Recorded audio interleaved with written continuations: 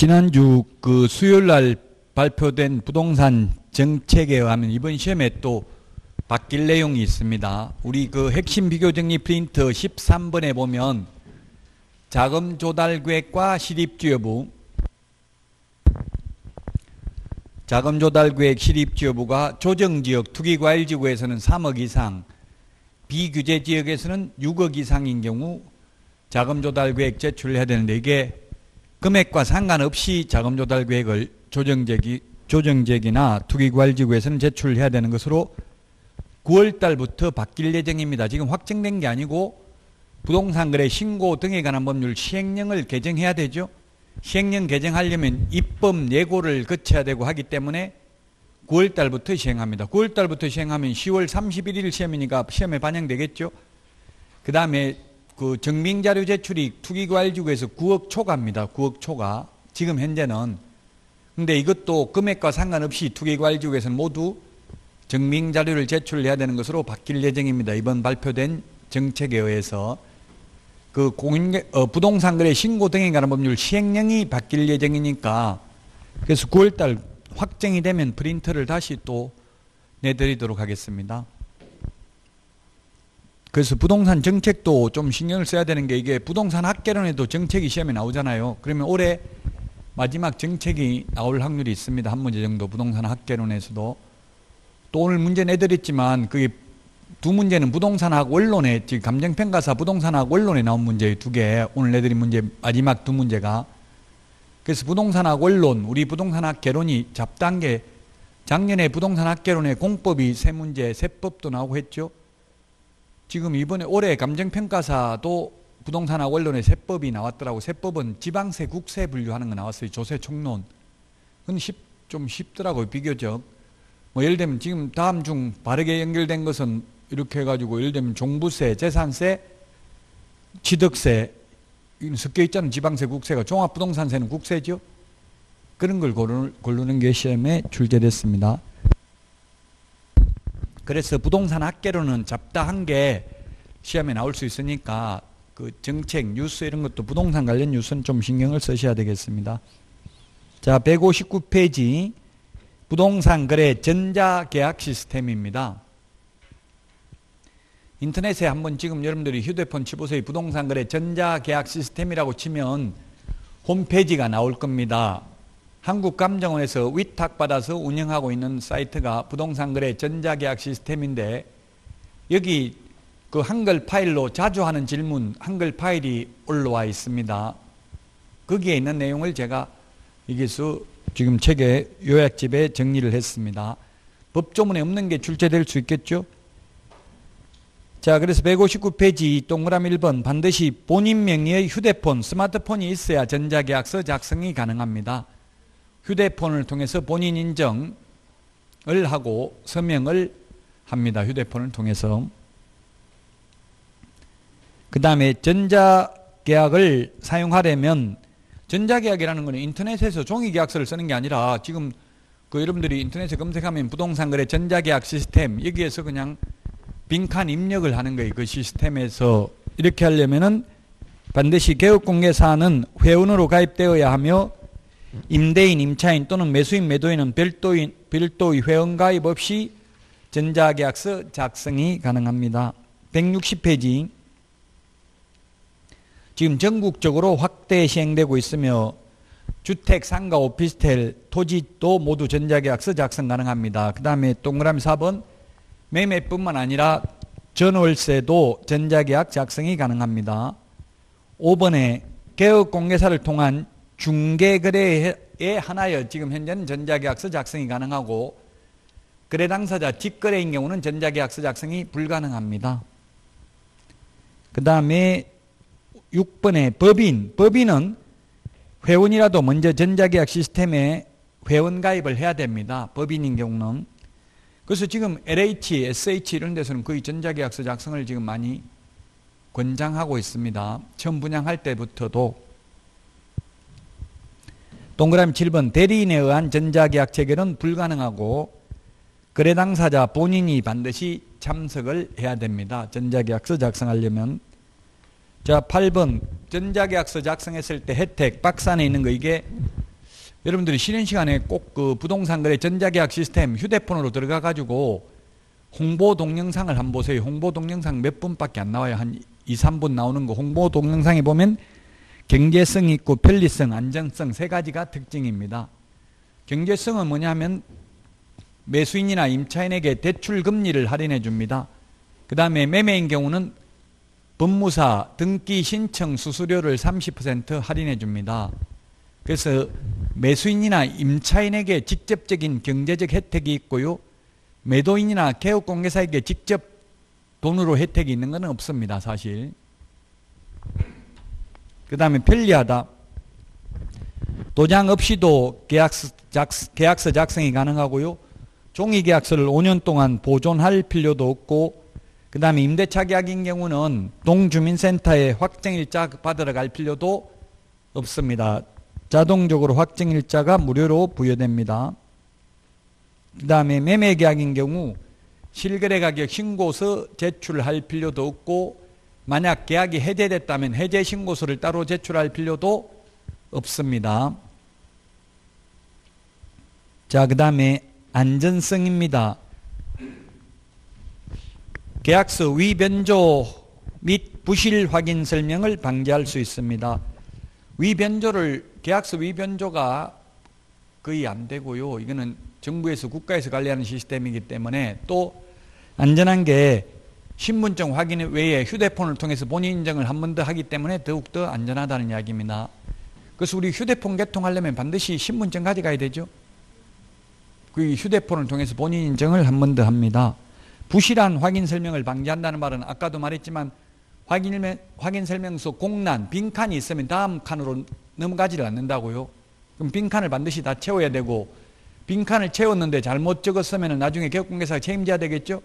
그래서 부실한 확인 설명을 방지, 빈칸을 그냥 마음대로 적으면 되는 게 아니라 실체 권리 관계와 부합하는지 여부를 확인하고 적어야 되잖아요. 그 다음에 동그라미 2번, 무자격, 무등록업자의 불법 중개행위를 차단할 수 있다. 왜냐하면 무등록 중개업자는 이게 회원가입이 안 되고요. 또 남의 자격증을 빌려서 한다면 빌려준 사람이 이런 거 회원가입까지 잘 안 해주겠죠. 빌려준 사람은. 그래서 국토부에서도 이게 전자계약서 작성을 위한 회원가입이 안 돼 있는 중개업소 위주로 단속을 나가겠다 이렇게 이야기하고 있어요. 이게 회원가입을 한 개업공개사는 적법한 개업공개사로 보고 단속을 거의 안 하겠다. 우리나라에 약 10만 명의 개업공개사 중에서 나무자격증을 빌려서 하는 사람이 2만 명 이상인 것으로 추정하고 있습니다. 그러나 단속은 거의 안 합니다. 민원 제기된 건 외에는 적극적으로 나가서 나무자격증 빌려가지 하느냐 이런 거 단속하지는 않고 있습니다. 자, 그 다음에 3번에 공인중개사 및 거래당사자 신분 확인 철저라고 되어 있는데, 이 공인중개사가 사실상 개업공개사를 의미합니다. 이게 홈페이지에는 그냥 공인중개사라고 되어 있어요. 그 엄밀히 보면 이거는 해석상은 개업공개사를 말하는 겁니다. 자, 그 다음 개인정보 암호화로 인하여 안심거래 지원을 하고 있습니다.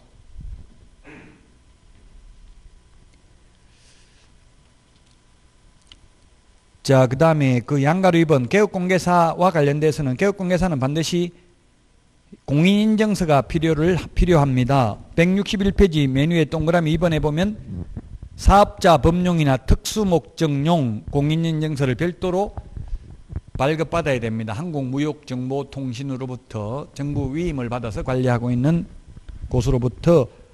은행 법용 공인인증서 가지고는 안 된다는 이야기입니다. 우리 부동산 거래 신고할 때는 은행 법용 공인인증서 있으면 됩니다. 그 다음에 3번 공동중개 방식에 의한 전자계약 체결 시 각 개업공개사는 모두 전자계약 시스템에 회원가입을 해야 되고 공인인증서 등록이 필요합니다. 4번 개업공개사는 반드시 거래당사자 신분을 확인하고 거래계약을 진행해야 된다. 전자계약 시스템은 현재 신분증 확인 외에 더 정확한 신분 확인을 위해서 휴대폰 인증 및 신분증 촬영 지원을 할 수 있습니다. 5번 전자계약을 체결하면 태블릿 PC가 반드시 필요하지 않고 본인 명의의 스마트폰이 있는 경우 전자계약 체결이 가능합니다. 그러나 보다 넓은 화면에서 고객에게 서비스를 제공하려면 스마트폰보다는 태블릿 PC가 있는 게 좋겠죠. 그 현실적으로는 교육공에서들 다 태블릿 PC를 가지고 있습니다. 협회에서 태블릿 PC 무료로 준다 이렇게 했는데 무료는 없더라고. 세상에 공짜는 없더라고. 무료인 거 처음에는 돈 안 받는데 나중에 뭐 요금 같은 데 다 포함되어 있는 경우 많잖아요. 우리 지금 휴대폰 살 때도 처음에 돈 내는 거 없지만 요금 낼 때 다 내고 있죠. 그런 것처럼 태블릿 PC도 거의 다 지금 가지고 있습니다. 현업에서. 양가로 3번 기타인데 동그라미 1번에 전자계약서 작성하면 따로 부동산거래 신고서 제출할 필요 없고요. 그 다음에 역시 동그라미 2번 해제신고서도 따로 제출할 필요 없고 시스템상 해제하면 해제신고서를 제출한 것으로 봅니다. 동그라미 3번, 4번인데 동그라미 3번은 확인설명서, 동그라미 4번은 계약서. 전자계약서 작성했으면 종이문서로 따로 출력해서 보존할 필요 없다. 공인전자문서센터에 보관된 때에는 별도로 종이문서를 출력해서 보관할 필요는 없고, 또 현실적으로는 이게 종이문서로 출력을 많이 하더라고. 예를 들면 전세자금 대출을 받으려면은 계약서 원본을 은행에 확정일자 받은 계약서 원본이 들어가야만 전세자금 대출이 되거든요. 그러면 이사하는 날 대출금을 임대인 통장으로 입금을 시킵니다. 자, 다음은 161페이지 금인계약서입니다. 부동산 등기 특별조치법에 있는데 이 금인계약서는 시험에 잘 나오지는 않습니다. 부동산 등기 특별조치법입니다. 금인계약서라는 말은 검사하고 도장을 찍은 계약서인데 미리 검사하고 도장 찍은 빈 계약서를 쓰는 게 아니라 계약서 다 적어가지고 시장, 군수구청장, 시구, 읍면장 도장을 받는 것을 금인계약서라고 합니다. 161페이지 맨 밑에 양가로 1번 계약서 등의 금인인데 동그라미 1번 계약을 원인으로 소유권 이전 등기를 신청할 때에는 계약서에 금인 신청인을 표시하여 부동산 소재지 관할 시장 군수구청장 또는 그 관할 위임받은 읍면동장의 금인을 받아서 이를 등기소에 제출해야 됩니다.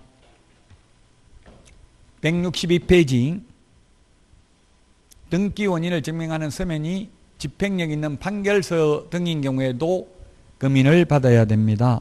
양가로 2번 금인의제입니다.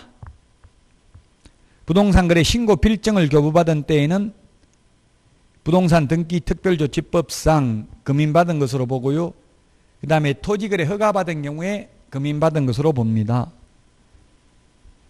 자, 그 다음에 양가로 3번 금인 면제되는 경우입니다. 경공매, 공용수용, 그 다음에 계약 일방 당사자가 국가지자체인 경우, 그 다음에 동그라미 2번 임목, 광업재단, 공장재단입니다.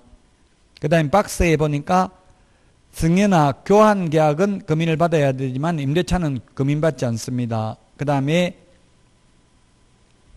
입주권, 분양권 전매의 경우 부동산거래 신고를 한 경우에는 금인 대상이 아니다. 자, 다시 그러면 계약을 원인으로 소유권 이전하는 경우 금인받는데 계약을 원인으로 소유권 이전하는 게 매매, 교환, 승여계약 3개가 있고요. 그 다음에 계약이 아니라도 판결서, 화해조서, 청구일락조서, 조정조서, 지급명령서에도 금인을 받아야 된다. 그런데 판결서나 승여계약은 중개와 친하지 않습니다. 중개가 개입할 여지가 없습니다. 개업공개사가 중개할 성질이 아닙니다. 그럼에도 불구하고 승여계약에 금인을 받아야 된다. 시험에는 출제됐습니다. 받아야 됩니다. 그러나 사실상 중개와 친하지 않고요. 또 매매계약인 경우 실거래가격 신고하고 신고 필증을 받으면 금인받은 것으로 본다. 그래서 금인을 안 받고요. 따라서 금인받는 것은 지금 현재 중개와 친하면서 금인을 받는 것은 교환계약밖에 없습니다. 그런데 현업에서 교환계약은 거의 중개를 안 합니다. 이 교환계약 중개를 하면 거의 중개사고 납니다. 이거는. 왜냐하면 등가 교환을 하는 게 아니라 각각 3억 교환하는 게 아니라 평가 금액을 뭐 내 거는 10억이다. 상대방 거는 13억이다. 이렇게 하면 이 3억 보충금을 지급하잖아요. 그러다 보면 분쟁이 생깁니다. 이거 평가하는 것도 어떻게 10억으로 평가할 거냐. 그 가격 평가하는 것부터. 그러면 보통 이게 3억 받아가지고 개업공개사하고 이거 나눠 먹고 이렇게 반반 나눠 먹고 이렇게 하거든요. 원래 똑같이 10억인데 3억 더 높게 평가를 해가지고. 그래서 분쟁이 많이 생기니까 여러분들이 현업에 가서 교환 중개는 거의 하지 말아야 됩니다. 어쨌든 중개와 친하면서 금인 받는 것은 교환 계약밖에 없습니다. 162페이지 양가로 4번 금인 신청 절차입니다. 금인 신청 시 제출해야 되는 서류입니다. 계약서 원본 또는 판결서 정본 한 부, 이거는 그 다음에 사본 두 부를 제출해야 되는데 정본 한 부는 금인 도장 찍어서 신청인에게 다시 돌려주고요. 한 부는 시장군수구청장이 보관하고 한 부는 부동산 소재지 관할 세무서장에게 송부합니다. 디귿에 소재지가 2개 이상인 경우는 시군구수 숫자 플러스 한 통의 부분을 더 제출해야 된다. 동그라미 2번 금인 신청자인데 당사자 중 1인이나 그 위임을 받은 자, 변호사, 법무사, 개업 공인중개사가 금인 신청을 하여야 한다가 아니라 할 수 있습니다. 의뢰인의 요청이 있어도 개업공개사는 금인 신청을 거부할 수 있습니다. 동그라미 3번 금인계약서 필요적기사항 앞에서 말했습니다. 당모가지 개대가리 중위조한다. 필요적기사항 기재되어야 하고요. 그 다음에 동그라미 4번 금인기관입니다. 금인기관은 부동산 소재의 지위 관할 시장군수구청장 또는 그 위임을 받은 읍면동장이 금인도장을 찍어줍니다. 시장군수구청장이 읍면동장에게 금인을 위임한 경우에는 지체 없이 관할 등기소장에게 통지해야 됩니다. 니은에 부동산이 여러 시군구에 있는 경우 그중 한 개의 시장군수구청장에게 금인 신청할 수 있다. 163페이지 소유권 이전 등기를 한 경우에 등기 공무원이 등기관으로 등기법에서는 개정됐습니다. 근데 아직 부동산 등기특별조치법에는 등기공무원이라고 하고 있고요. 개업 중개업자도 개업공개사로 2014년도에 바뀌었는데 지금 등기특별조치법에는 중개업자라고 되어 있습니다. 그만큼 법을 개정하지도 않고 있습니다. 왜냐하면 현실적으로 적용되는 사례가 거의 없기 때문에 신경을 안 쓰기 때문에 그렇죠. 어쨌든 법조문에는 등기공무원이라고 되어 있습니다. 등기공무원은 그 등기를 완료한 날로부터 10일 이내에 등기신청서 부본의 송부와 함께 등기신청서의 사본 한 통을 부동산 소재지 관할 세무서장에게 송부해야 됩니다. 양가로 5번 금인신청에 대한 특례입니다. 특례라는 것은 특별한 예외죠. 예외. 부동산 소유권 이전을 받을 것을 내용으로 계약을 체결한 자는 그 부동산에 대하여 다시 제3자와 소유권 이전을 내용으로 하는 계약이나 제3자에게 계약 당사자의 지위를 이전하는 계약을 체결하고자 할 때에는 먼저 체결된 계약의 계약서에 금인을 받아야 된다. 순차적으로 중간 생략 등기하면 안 된다는 뜻이고요. 그 밑에 박스 가운데에 보면 중간 생략 등기를 하게 되면은 동그라미 1번 탈세 목적이면 3년 이하의 징역이나 1억 원 이하의 벌금이고요. 박스 맨 밑에 가운데 탈세 목적이 아니라도 중간 생략 등기하면 1년 이하의 징역이나 3천만 원 이하의 벌금입니다. 근데 민법 판례에 보면 이 중간 생략 등기를 해도 등기의 효력은 유효하죠. 이번에 감정평가사 민법 시험에 보니까 효력 규정인지 단속 규정인지 그 시험에 나왔더라고. 판례에. 중간 생략 등기는 처벌은 받지만 유효합니다. 그 다음에 주택법상 전매 제한기간 중에 전매를 했다 하더라도 그 전매의 효력은 유효합니다. 주택법에 의해서 3년 이하의 징역이나 3천만 원 이하의 벌금은 받지만, 그 다음에 토지거래 허가구역에서 허가 안 받으면 계약 무효죠. 효력 요건입니다. 그래서 민법 판례 효력 규정인지 단속 규정인지 처벌 대상은 되지만 계약은 유효한지 이런 걸 좀 주의해서 보셔야 되겠습니다. 간평 민법 시험에 출제됐다는 이야기입니다. 자, 그 다음에 거기 163페이지 박스 맨 왼쪽, 맨 오른쪽 두 개, 맨 밑에 위반시 제재인데 60일 이내 소유권 이전 등기나 보존 등기 할 수 있는 날로부터 하지 아니한 경우에는 취득세 빼기 2% 곱하기 5배 이하의 과태료에 처합니다. 그럼 10%죠. 취득세 표준세율이 4%니까 즉 승계취득의 경우 60일 이내 잔금일로부터 60일입니다. 계약일로부터 60일이 아니고요. 60일 이내에 소유권 이전 등기 안 하면 취득세 빼기 2% 곱하기 5배 이하의 과태료에 처하게 됩니다. 자, 지금 여기까지 읽어본 내용. 저는 옛날에 2006년 되기 전에 그 금인을 받아봤는데 실제 제가 분양권 이런 걸 전매하고 하면서 금인을 받아봤는데 매도인이 있고 매수인이 있고 개업공개자가 있으면 계약서를 보통 몇 부 작성합니까? 계약서를 보통 세 부 많이 세 부 정도 작성하죠. 네 부 작성하는 경우도 있어요. 공동중개면. 그럼 매수인은 두 부를 더 가지고 가서 금인을 받으면 됩니다.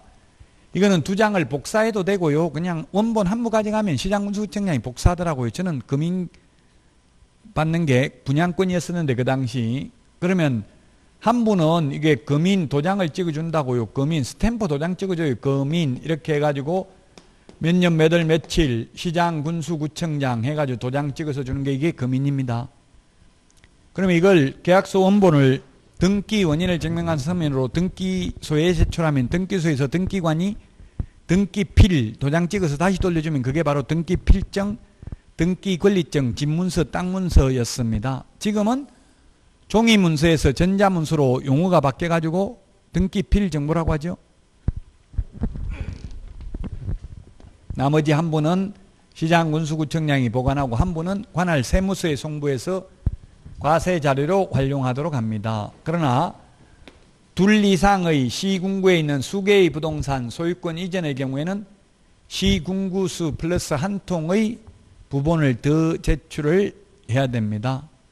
만약에 경기도 군포시에도 하나 있고요. 그 다음에 의왕시에도 하나가 있다면 부동산을 이 두 개의 부동산을 하나의 계약서에다 적었다면은 군포시에다가 금인을 신청할 수도 있고 의왕시에다 할 수도 있습니다. 따로따로 할 수도 있고요. 그러면 시군구수 플러스 한 통의 부본을 더 제출해야 된다고. 원래 부본 두 통만 제출하면 되는데 그럼 한 통 남는 거 이거는 의왕시 관할 세무서에 송부해서 과세 자료로 활용하도록 합니다.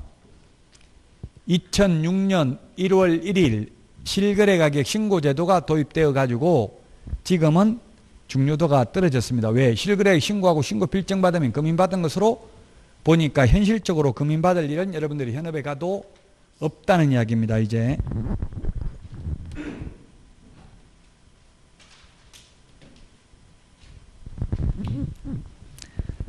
자, 그 다음에 164페이지 부동산 실권리자 명의 등기에 관한 법률. 오늘 제가 내드린 그 감정평가사 A형 문제 32번 명의신탁 약정, 이 답이 1번에 32번에 그 4번인데요. 4번 읽어보면 뭐냐면 부부 사이에 유효하게 성립한 명의신탁은 배우자 일방의 사망으로 잔존 배우자와 사망한 배우자의 상속인에게 효력을 잇는다 했는데 여전히 유효하게 존속된다고 보아야 한다.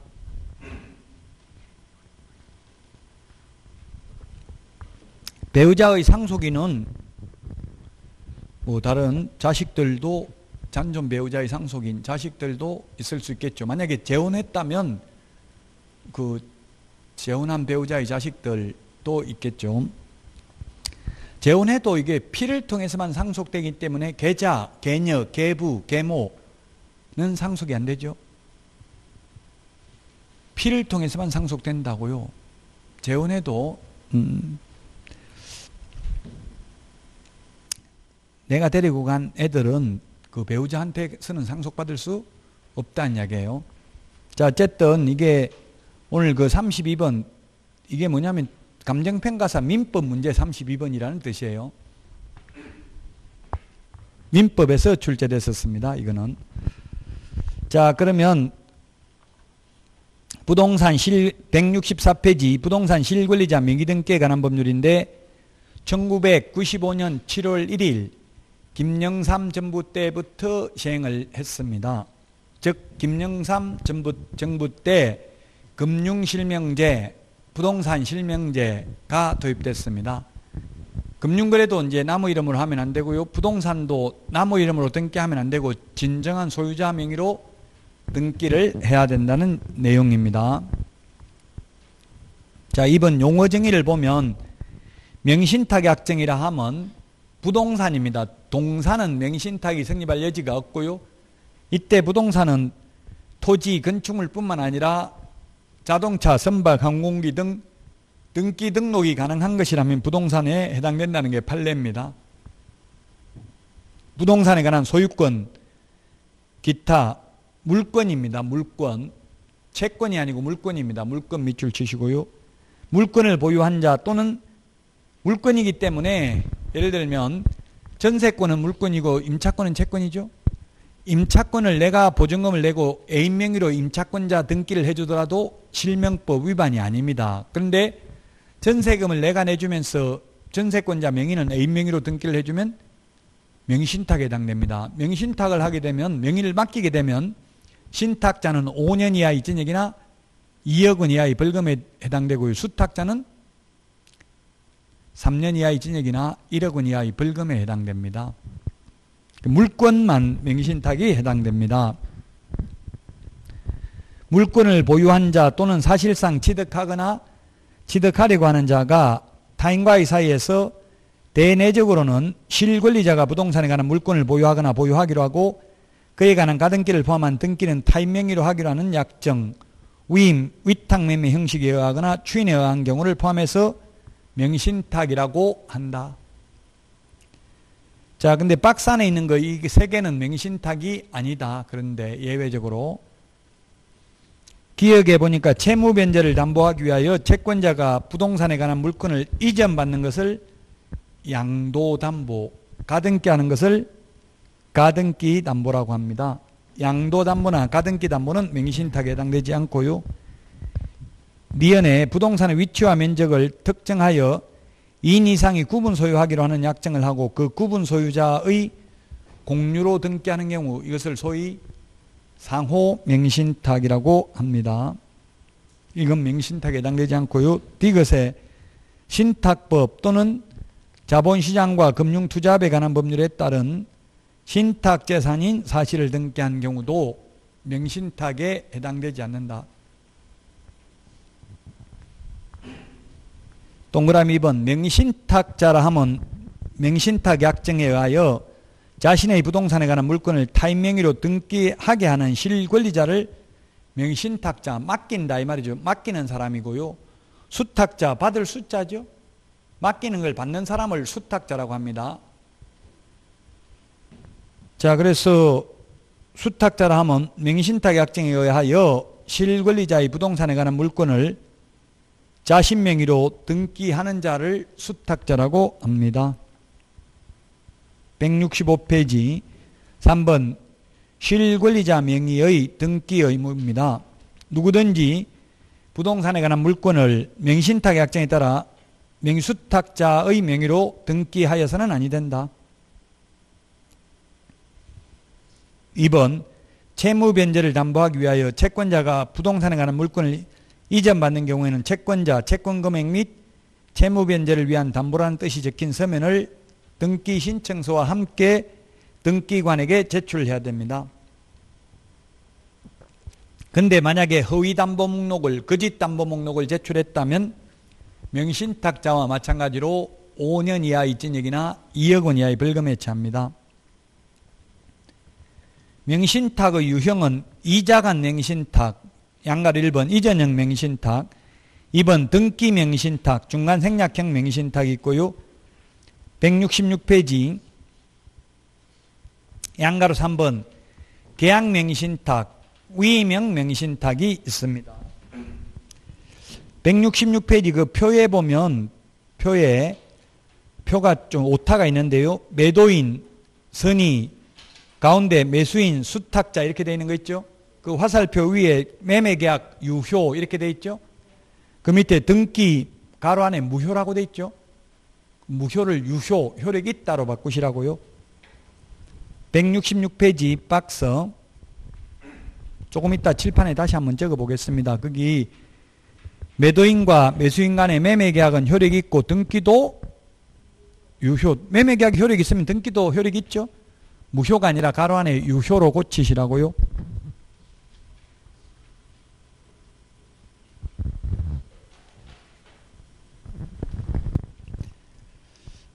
조금 있다가 이걸 다시 세 가지 유형은 보고요. 5번 종중 배우자 종교단체에 대한 특례입니다. 종중 배우자 종교단체 간의 명의신탁은 명의신탁에 해당됩니다. 자, 이때 배우자는 사실혼 관계에 있는 배우자만 해당이 된다. 사실혼 관계에 있는 배우자는 해당 안 된다. 법률상 배우자만 해당된다.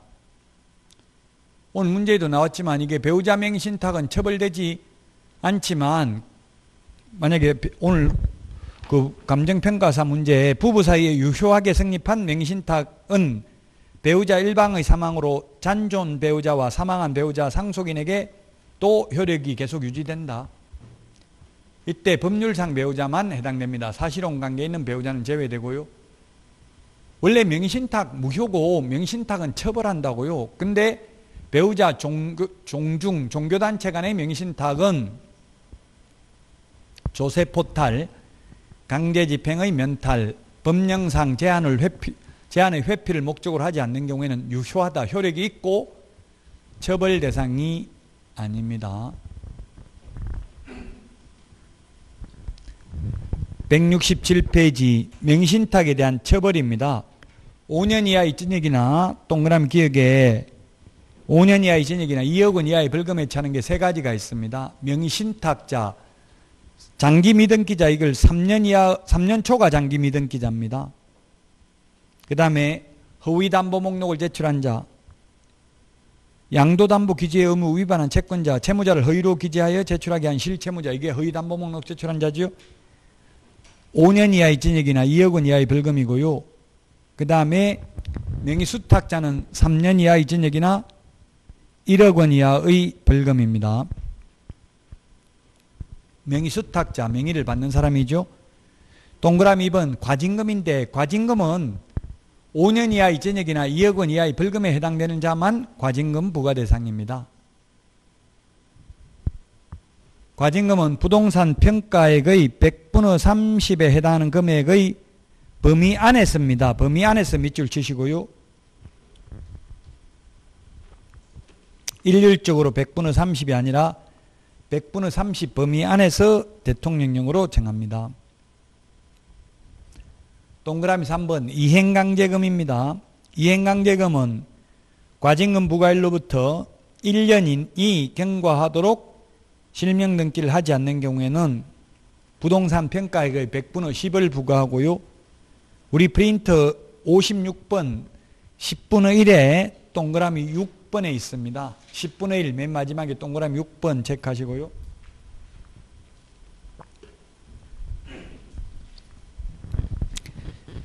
인터넷을 듣는 분들은 고급 자료실에 이게 핵심 비교 정리 프린터 5월 첫 번째 주에 최종 수정본을 업로드한 게 있습니다. 예, 100분의 10 딱 두 번만 부과합니다. 그 다음에 1차 이행강제금 부과일로부터 또 1년이 경과하면 부동산 평가액의 100분의 20 딱 두 번 부과하고 끝입니다. 자, 그런데 만약에 10억짜리 부동산을 나무 이름으로 등기했을 때 처벌을 어떻게 받냐면 첫 번째 명의신탁자는 5년 이하의 징역이나 2억 원 이하의 벌금 받을 수 있고 최대 벌금 2억 받을 수 있고요.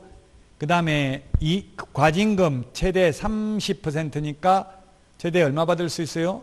3억 과징금 받을 수 있고요. 그 다음에 과징금 부과받고 나면 1차 이행강제금 1년 안에 실명 등기 안 하면 10% 1억 1차 이행강제금 또 2차 이행강제금 얼마라고 했어요? 20%라고 했죠? 2억 하면은 얼마입니까? 8억 8억을 뺏길 수 있고 여기에 명의수탁자가 또 3년 이하의 징역이나 1억 원 이하의 벌금이죠? 그러면 1억 그럼 10억짜리 부동산 잘못하면 최대 9억까지도 뺏길 수 있다고요. 벌금이나 과징금, 이행강제금으로. 그래서 남의 이름으로 등기하지 말라는 이야기입니다. 진정한 소유자 명의로 등기하라. 민법, 민사특별법에서 반드시 시험에 출제가 됩니다. 그러나 민법에서는 이 벌칙은 거의 시험에 출제가 되지는 않고 있죠. 자, 그러면 이 명신탁의 유형, 세 가지 유형이 있는데 명신탁의 유형 세 가지를 살펴보도록 하겠습니다. 자, 먼저 이자 간 명의신탁, 두 사람 간의 명의신탁이 있는데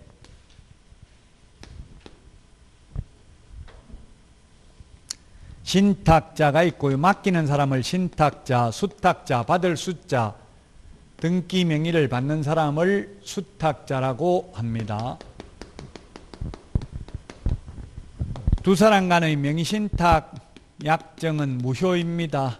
무효이고 그로 인한 물권 변동 효력도 무효입니다. 등기도 무효입니다. 그러나 이러한 무효를 가지고 선악을 불문하고 제3자에게는 대항할 수 없다.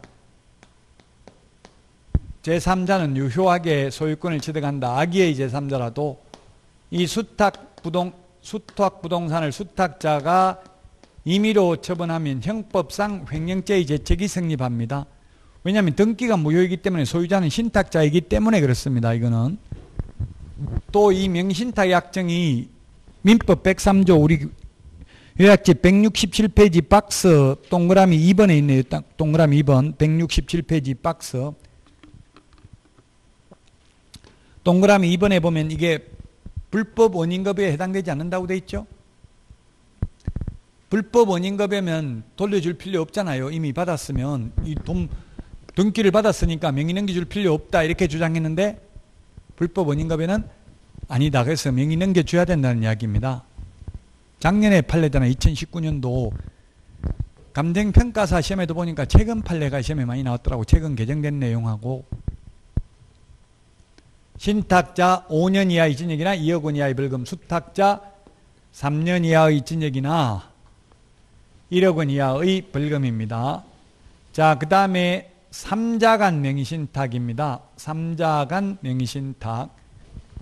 3자간 명의신탁. 매도인이 있고, 그 다음에 매수인이 있습니다.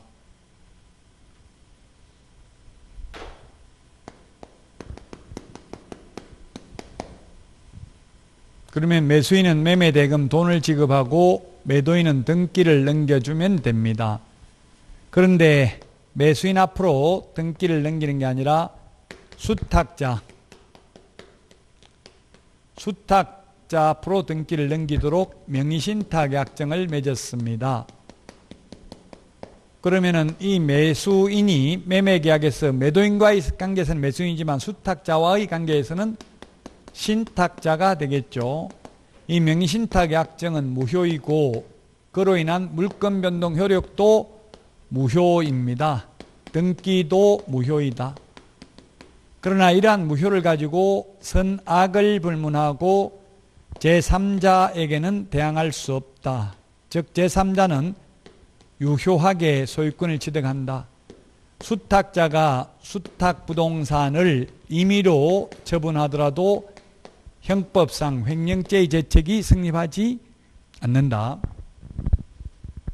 횡령죄는 이자간 명의신탁에서만 성립한다. 명의신탁 약정 해지에 의한 소유권 이전 등기는 불가능합니다. 처음부터 무효니까 효력이 발생하지 않았으니까. 해지는 장래의 효력을 소멸시키는 게 해지죠. 아예 처음부터 무효니까 해지는 할 수 없고, 다만 무효인 등기 말소 청구는 할 수 있습니다. 매도인이 갑, 을, 병, 정이 있다면 갑이 할 수 있는데 갑이 안 하면 을이 갑을 대위해서 말소 청구하고, 매매계약은 유효하기 때문에 매매계약에 의해서 을 명의로 소유권 이전 등기를 격려하는 때에 을이 소유권을 취득하게 되겠습니다. 횡령죄는 이자 간 명의신탁만 횡령죄가 성립합니다. 자, 마지막으로 계약 명의신탁입니다.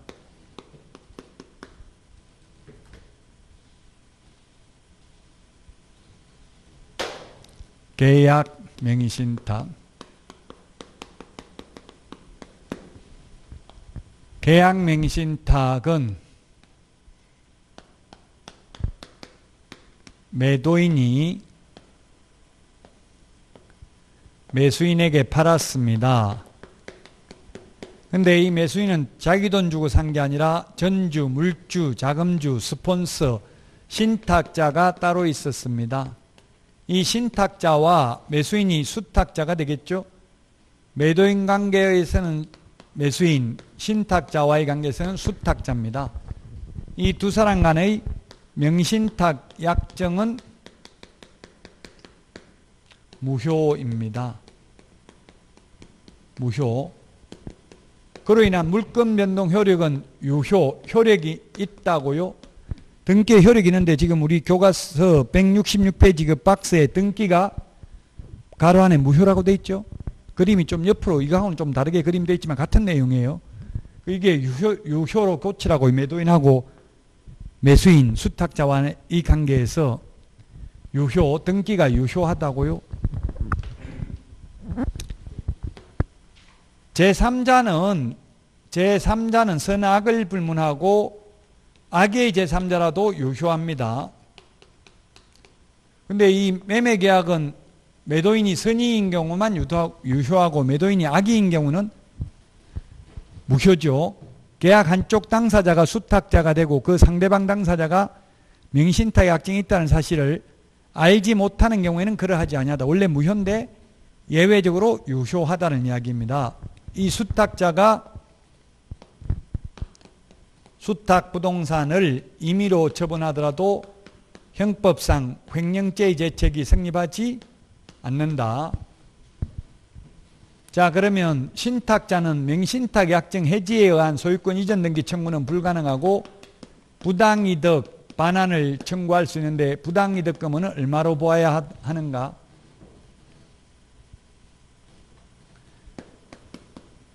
매수자금 금원을 부당이득하였다고 봄이 상당하다. 부동산 자체를 부당이득하였다고 봄이 상당하다. 예를 들면 MB 도곡동 땅이 MB 처남이 20억 주고 샀다가 포스코 건설에 263억 정도에 팔아가지고 세금 떼고 200억이 남았습니다. 그러면 200억을 돌려달라 할 수 있다. 아니면 대준 돈 20억만 돌려달라 할 수 있다. 답은 우리 요약집 167페이지 맨 밑에 박스 동그라미 1번에 보니까 시행 후에 이렇게 나와 있죠.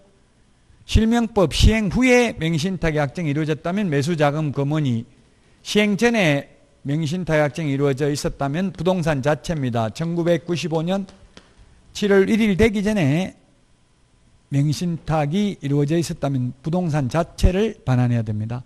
시행 후에는 매수자금 금원만 부당이득가 있다고 보는 게 상당합니다. 신탁자 5년 이하의 징역이나 2억 원 이하의 벌금, 수탁자 3년 이하의 징역이나 1억 원 이하의 벌금에 처합니다. 166페이지 박스에 등기 무효가 아니라 유효입니다. 왼쪽에 있는 매도인하고 매수인 사이의 등기가 유효하다는 이야기죠. 제3자는 선악을 불문하고 유효하고요. 자, 여기까지 하고 쉬었다가 이제 168페이지 주택 임대차 보호법부터 하도록 하겠습니다.